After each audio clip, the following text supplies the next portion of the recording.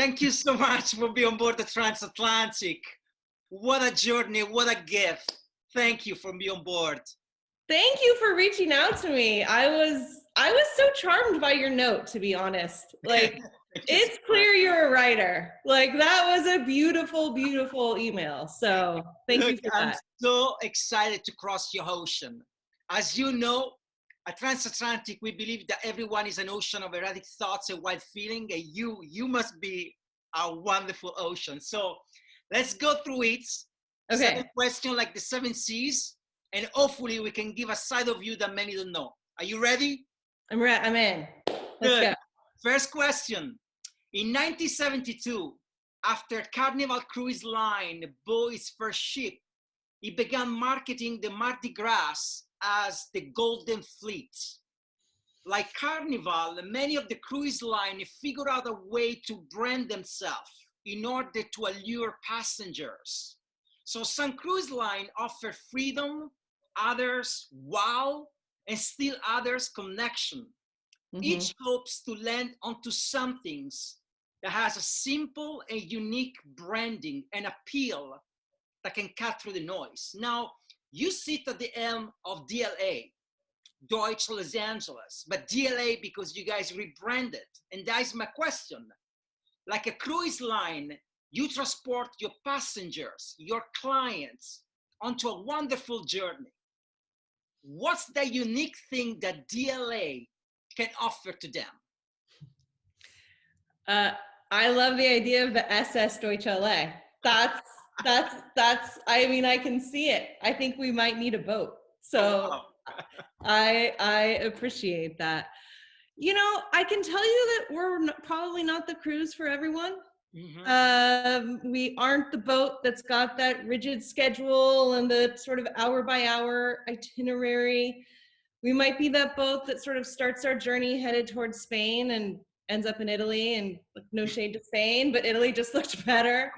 So, you know, maybe the answer is you don't know where you're going to dock, but you can have confidence it's going to be somewhere where the water's warm and the waves are good. I think, you know, as you said, we separated from Deutsch New York last year. And that was a really intentional choice that was driven around us trying to reduce ourselves to the thing that made us the most us and the most unique and the most true to who we are and what we wanted to do. And we've always prided ourselves on doing things a little bit different, sort of going left when the industry has gone right. So being able to lean into those things has allowed us to lean into the things that make us us. And it's our values. It's like really feeling our outsized ambition.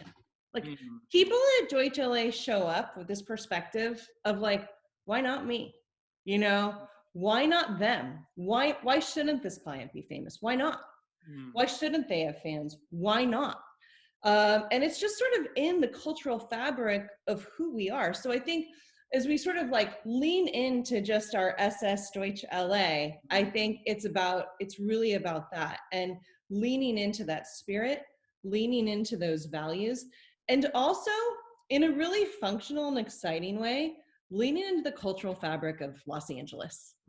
Like you came to Los Angeles, I came to Los Angeles some time ago. And like, I think there's a draw, like the draw to the city is real. Yeah. The draw to the city, I think, comes from a few things. I mean, I'd love to hear your perspective, but it's like, it's that intersection of entertainment, technology, and culture kind of all coming together. It's also a place where people go to reinvent. Like no one asks you, like, where are you from? Like, it's a place where it's like, where are you going? Yeah. And that is like very, very energizing for us. So as we sort of become even more Deutsch LA and just Deutsch LA, I think we're feeling the pull and the impact of that even more. Absolutely. Like, and look, since you asked me my perception of it, like I came to Los Angeles a long time ago in a very funny matter. I was brought to Los Angeles because I was working on I'm Loving It, the campaign for McDonald's. And so my first encounter with Los Angeles was like to go to the recording studio, record plant in Hollywood that worked with Justin Timberlake to mix like the song for the jingles. So I felt like, oh my God, this is Los Angeles. Like, why am I, why am I not here? But, you know, you're right. It's such a beautiful and strange cities, you know what I mean? It's like, and like, you know, and I think like it depends like the generation you come from. He has a different perception. For instance, like, you know, when I walk down Sunset Boulevard, for me, that's Viper Room, Johnny Depp, River Phoenix. Like, you know, when I go through like Rainbow Bar, for me, that's Guns N' Roses. But I'm not, you know, I was born in 1973, so of course. Me too. Me too. Of course, I have that kind of like, you know, mentality. When I go to Chateau Marmont, it's like, for me, John Belushi Bungalow number 3. You know what I mean? It's like Robert De Niro. Like, I don't know, man. It's like I'm a kid in Los Angeles. You know, I become a kid. My eyes are like candy, and it's like, you know, I can't stop like looking around. And I had a different feeling when I was living in New York City. Because like, you know, New York is very close to like a New European city. But Los Angeles, the air and like the sky, it was like so huge. There is a song like from like 30 Seconds to Mars with Jared Leto about Los Angeles. I thought that it described the video, which is a long cut video, it described Los Angeles very well. And also there is another song like Tiny Dancer. It was a video shot by the Elton John song, but shot by a young director that captured the essence of Los Angeles. But thank you so much for asking me, because I could talk like forever about that. I heard something super interesting. I don't know if you know Dr. Todd Boyd. He's like a professor of culture. He's awesome. He came and spoke at the agency a couple weeks ago, and he came from Michigan. He came out to LA, and I asked him why he came, and he said, you know, Michigan is a factory town and they produce cars. And he said, LA is a factory town and they produce culture. And then New York tries to make money off of LA's culture. It's true. I'm like paraphrasing, but that was sort of the... And then like, you know, I always remember the quotes from the movie of Steven Soderbergh, Crash, the movie Crash, where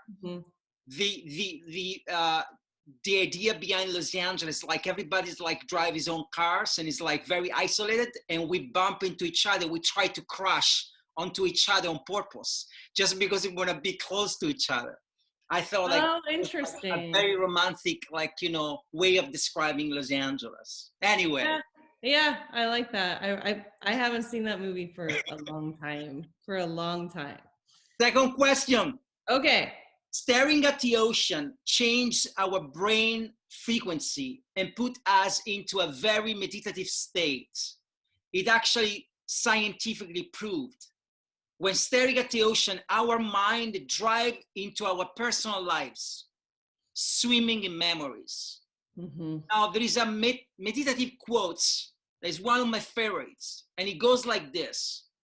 There is a period of time in your life when you look back and you ask yourself, was I happy or was just not aware? These are the words of one of the most brilliant actors of our generation, Philip Seymour Hoffman. Bridging from his words into your professional career and your professional life, was there ever a time when looking back, you weren't just aware of how happy and fulfilled the time in your career was? This is like such a great question. And the first thing it kind of brought me to, because I think there's a ton of parallels between being a parent and like raising kids and being a part of a company and like helping a company grow and succeed too. I mean, there's so many parallels that I see. But you know, that sort of premise of like, these are the good old days, which is what I sort of take away from your question. And something that like someone had said to me when my kids were really little is that the days are long, but the years are short, you know, and it's super true. And I think that when I think like early-ish on in my career, I was at Kirschenbaum in the late 90s, and I joined Deutsch LA like in the early 2000s. And it was sort of madness. It was sort of madness in advertising in that moment. We were moving really fast. I don't know if we knew as much what we were doing, like as we do now, you know, where we have so much experience sort of behind us. It felt maybe a little chaotic, but I think it was actually just wildly creative, and almost not knowing was the thing that set us free. And it allowed us to sort of think faster and move more quickly. And when you're running at full speed like that, it can be hard to actually appreciate it in the moment, like how successful you actually are, like how much you've jumped on something, how much you've changed something, because you're just sort of being fed and fueled by the thing that's right in front of you. I sort of look back in those moments and I say, we were so much better than we thought we were. Yeah, no, you're right. You know, again, like there's another reference that popped in my mind. It was a movie. I'm a movie junkie, so like you will learn. I feel that. That's why I'm in Los Angeles. But there was another movie that was beautiful. It was like The Big Kahuna, and it was with Kevin Spacey and like another actor I don't remember. But there was this speech. It was like a sunscreen, of wearing sunscreen, and it was a speech about the past. And when what you just say, like looking back, you think like, oh my God, I was really happy. I was really fulfilled. I was really living a great life. But when you were there at that moment, you don't realize. Yeah. And that is because most of the time, the present itself, like play tricks on you. Like, you know, time is a little tricky bastard. Like, you know, because present, you can't grasp it. Past is gone. The future is just a cloud. So you just like, you know, struggling to find a tense for yourself. And when you finally catch it, it's already gone. And so what you just say about the kids, and how old are your kids? 14 and 16. Right. It's like I have two little girls, like 9 and 4. Okay. So I think like what you were saying, I was relating so much on those words because it's true. Years go by so fast and it's something that you can't stop. Yeah. Now, Philip Seymour Hoffman had so much pain. It's just, I don't know. It's so sad that he uttered those. Absolutely. It was one of my favorite actors. And I think like probably like many people thought the same, right? He had an interesting approach to life. I remember that in his will, when he passed away, there was written that he wanted his like, you know, sons to live either in New York or San Francisco. He literally like say that. But one thing that I thought about him, I was actually watching an interview with Ethan Hawke, and he worked with like Philip Seymour Hoffman a couple of times, and he was telling like how the guy was living the breathing earth, and it's like even like performing a monologue for him was like draining, exhausting. Like, you know, greatness doesn't come for free, and there is a price that you had to pay, and sometimes that is the ultimate price. And like, you know, Yakami, God rest in peace, but it was a great actor. Great. A great actor. Anyway, thank you so much for your answer. We're going to go on the third question. There we go. The following line was part of a monologue full of water, so to speak. The actor, Peter Flinch, starring in the Sidney Lumet movie Network, shouts the following line in the middle of a TV network studio while soaking wet from head to toe. And it goes like this: I am mad as hell and I'm not going to take it anymore. It seems that this line, 40 years from his first appearance, had just as much to say about the states of our industry and our words than it did back then. If you were to point at one thing in advertising that makes you mad as hell and you're not gonna take it anymore, what would that be? You know, I think the reason people get mad as hell is because they care a lot. Like, that's a good right? point. Yeah. It's the opposite of love is indifference kind of thing. You know, something that I think we could work on is, I don't know how to say this.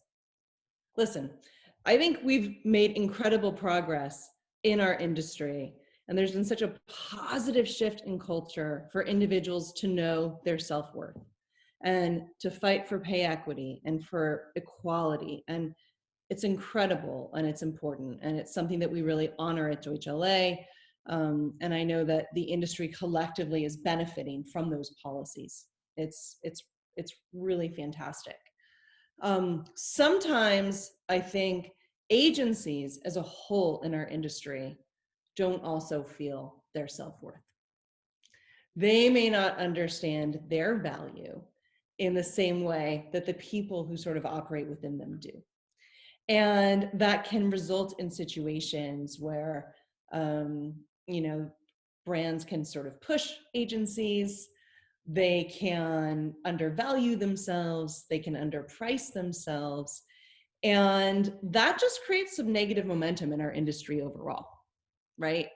And I think that the best brands and the best clients really are partners, and like they show up like partners and they care about their agencies like partners.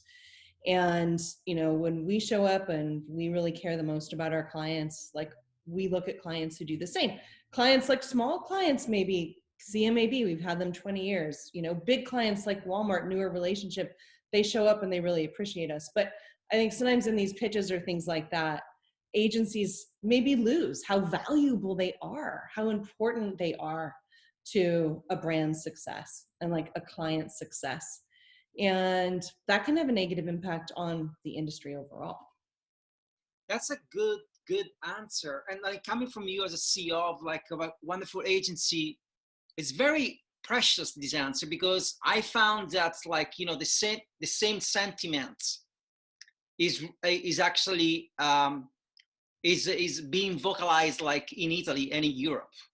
And so this concept of self-worth of an agency, and not be like pushed by clients, but being like focused on what they're really worth. Yeah. So important, because sometimes when you lose focus, then everything starts falling apart.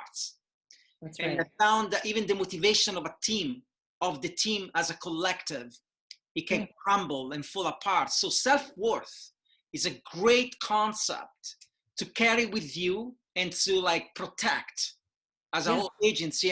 And like, you know, now I get why you are the CEO of the agency because it's a good really like, you know, thought. And thank you so much. This was really good. That's very kind of you to say. Fourth question. Okay. Whether it's a transatlantic voyage or a weekend cruise, by all means, take along a trunk. Now, this is the copy line used in an old ad for trunks.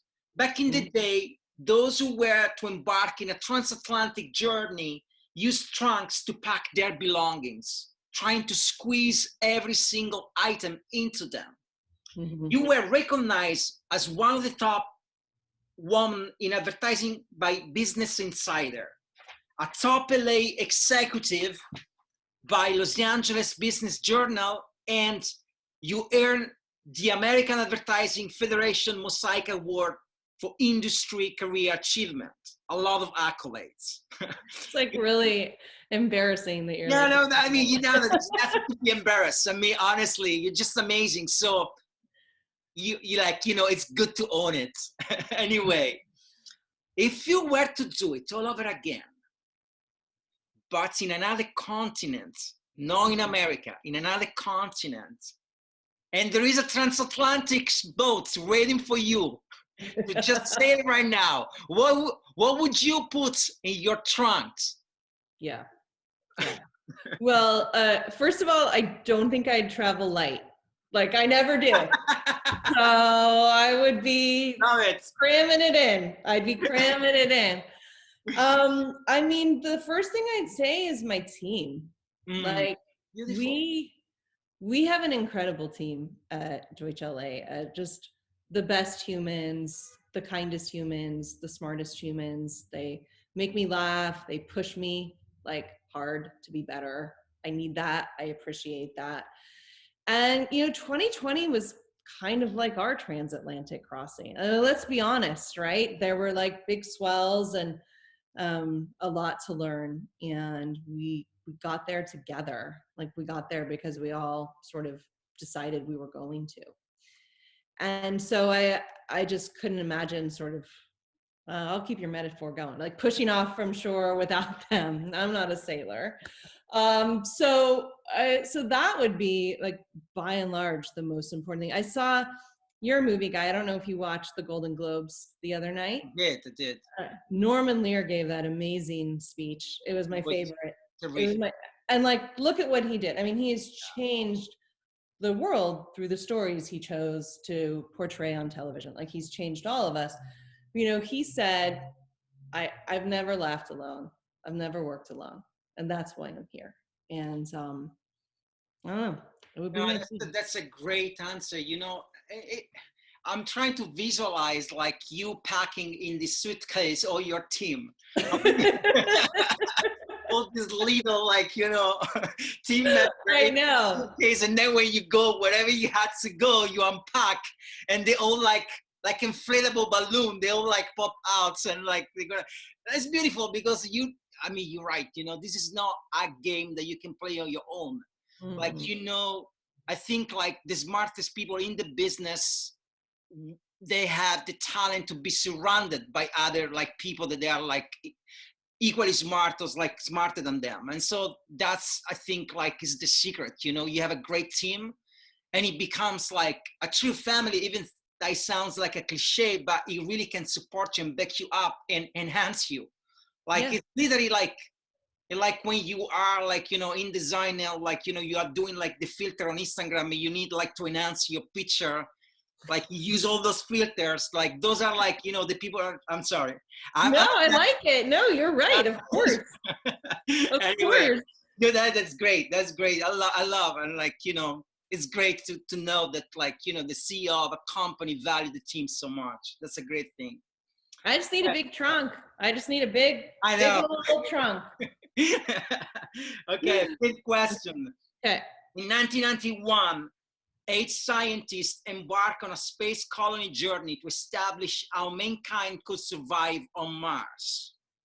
It was called Biosphere 2, an astronomical feat of human resilience united with desert, tropical rainforest, mangroves, savanna, and above all, the coral reefed ocean. Now, the team made some crazy discoveries. Mm-hmm. Now, imagine, talking about team, imagine of embarking on a time travel journey together with 8 people of your team to establish how the advertising business could survive in 200 years from now. What do you think would be the first discovery that you and your team are going to make? That's a great question. Plus, that sounds really fun. Like, I want to time travel with my team. Yeah, that would be awesome, right? Amazing. Like, you should come. We could do it together. I love that idea. I mean, I don't think you're gonna love my answer. I'm gonna love the answer. Don't worry about it. Just go for it. I mean, I think we'd quickly discover that it's more the same than different. Like, okay. I really do. I mean, like you and I both know that creativity and big ideas will still rule the day. Right. Like it just will, you know, like an idea is a thought that drives an action. That's our currency. And so, you know, if I kind of squint, I look at advertising, I say, it's still going to be one of the most interesting and rewarding jobs in business. It still is going to be super Darwinian in nature. Like there's going to be winners, there's going to be losers, there's going to be that, there's always that. Brands are still going to want people who sort of think differently from them to help them understand how they can grow and get better. So there's so much movement year to year in spaces in our business, like digital and production, and the platforms change. I mean, it's not even year to year anymore. It's like month to month. You know, we just did something for NFT for Taco Bell. We were like the first brand to get there. And it's like, we needed to move quickly to do that. Because you really need to be on top of like, where do brands need to be and how can they get there quickly to succeed? But I think that, you know, even though all those things are going to continue to accelerate and we've got to be super dialed so that we can be putting brands in the right places where they win, I still think that ideas are going to be our currency. And I just don't think that they're going anywhere. Yeah. So. No, I agree with you. And I love the answer. Idea are going to be the currency no matter what. No matter if you're going to be on the moon, on Mars, like, you know, on planet Earth, like it doesn't really matter. So like, yeah, you're totally right. Like, you know, and like maybe the things like that gonna change are like the way we're gonna do things, but like, you know, more platform, more like, you know, channels, but at the same time, ideas like, you know, it's gonna get you there. And like, once you're gonna be there, you're gonna need more ideas eventually, like to start building up into the future. And like, I'm not cavalier about the changes in our industry. Like the how and the what is going to continue changing. And we've always cared a lot about that. And we've like invested into new spaces. Like we built a production studio 4 years ago. We sit there, like we care about these things. We're very interested in these things. I just think that those are all really critical, but they're catalysts to sort of move ideas forward. They're not the thing. They're a catalyst to the thing. Absolutely. Go. I see the show, and this is a question about a commercial that came up a long time ago, and when it came up, it was like ahead of its time. In one of the most famous ads ever made, called Surfer, a man is portrayed while staring at the sea. The voiceover says in the background, Hab says, I don't care who you are. Here's to your dream. Captain Ahab is the protagonist of Melville's book, Moby Dick, from which the ad draws inspiration. Now, everyone's career is made of the right amount of waiting mixed with the right amount of opportunities. If you find yourself at the right time, at the right place, eventually someone will tell you, I don't care who you are, here's to your dream. Who was that person for you? I love that ad. As someone who's a struggling, well, mainly incompetent surfer, I related to it.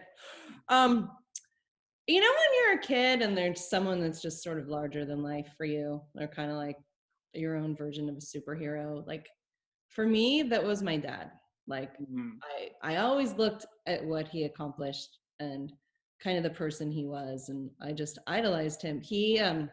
He worked in construction, so he built buildings, and you know, it was so amazing to see. You know, there'd be like a pile of dirt, and then there'd be a home, or then there'd be a restaurant, or then there'd be an office. Like he literally like created life. He created space for life. He made other people's dreams happen.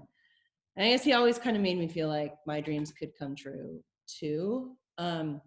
He actually passed away when I was in high school. So in some ways, the idea of my dad is a little abstract now, you know, it's not super immediate, but he's still definitely that person for me, you know.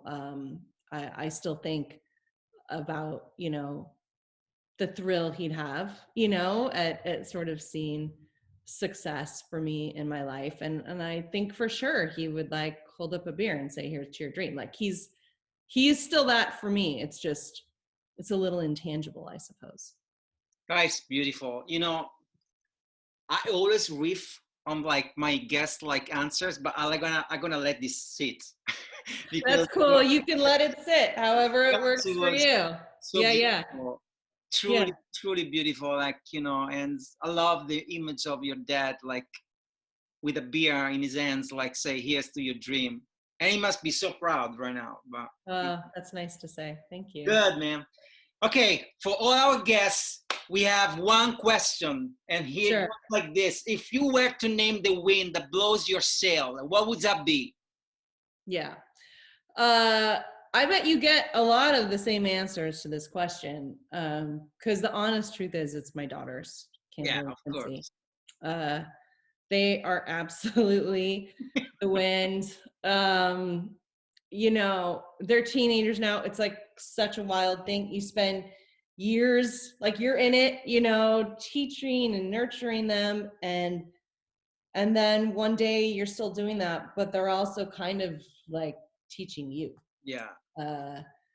I learn a lot from them. And it's actually been super interesting this last year because we're all kind of piled on top of each other in our house. And so they're kind of like watching me work at like a closer distance than they ever would.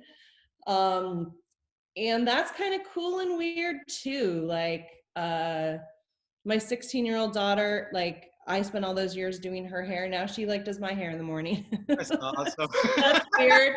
She cuts all her hair too. That's weird. And awesome, you know, just like at home. Beautiful. My 14-year-old daughter Quincy, though, I had just been through sort of a difficult process on a pitch, and I was just sort of like reflecting with her about it. And you know, she said, you know, Mom, like, okay, like, wasn't it such a good idea that you went through that and that you got to learn it? Like, how many years are you going to work in advertising? Don't you think you better get good at it? It's like, yeah, you're right. You know, so it's, I don't know. It's a real gift, and I'm really, really proud of them and the people that they are. And, you know, I want them to see that like life is joyful, life is fun, life is challenging, but you know, like good things come out of that aspect of it too, right? Like we get better because of that. We have more inside of us to give because of that, and we can be more helpful to other people because of that. So, you know, as much as I think I feel like so many of us probably a little antsy to get out of my house a bit more, I'm gonna miss being like up close in this way, day to day. Me too. I'm gonna miss it.